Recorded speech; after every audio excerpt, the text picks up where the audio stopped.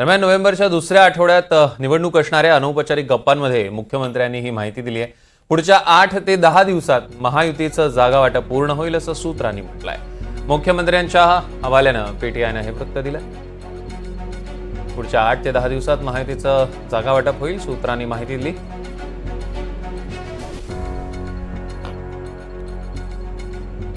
तर मुंबई पुणे एक्सप्रेस वेवर वाहतूक कोंडी झालेली आहे। खालापूर टोलनाक्याजवळ वाहनांच्या लांबच लांब रांगा लागल्यात। मुंबईकडे जाणाऱ्या वाहनांची मोठी रांग आहे। आपण बघतोय की मोठ्या प्रमाणात लोक मुंबईत परत आहेत।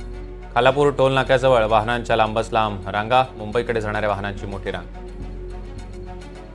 मेहबूब जमादार आपले प्रतिनिधी आपल्यासोबत जोडले गेलेत। मेहबूब, काय अपडेट्स?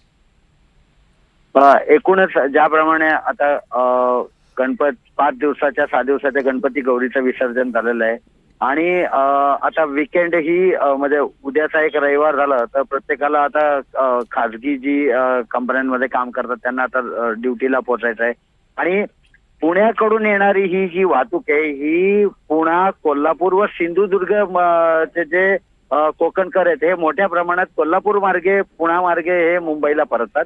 त्यामुळं ही जी वाहनाची रांग आता खालापूर टोल नाक्यावर आपल्याला दिसत आहे की मुंबईकडे येणाऱ्या वाहनाच्या रांगा खालापूर टोल नाक्यावर आहेत। यामध्ये कोकणकर ही म्हणजे सिंधुदुर्ग आणि कोल्हापूर मार्गे येणारे जे कोकणकर आहेत हेही मोठ्या प्रमाणात या ठिकाणी मुंबईत परतताना आपल्याला दिसत आहे।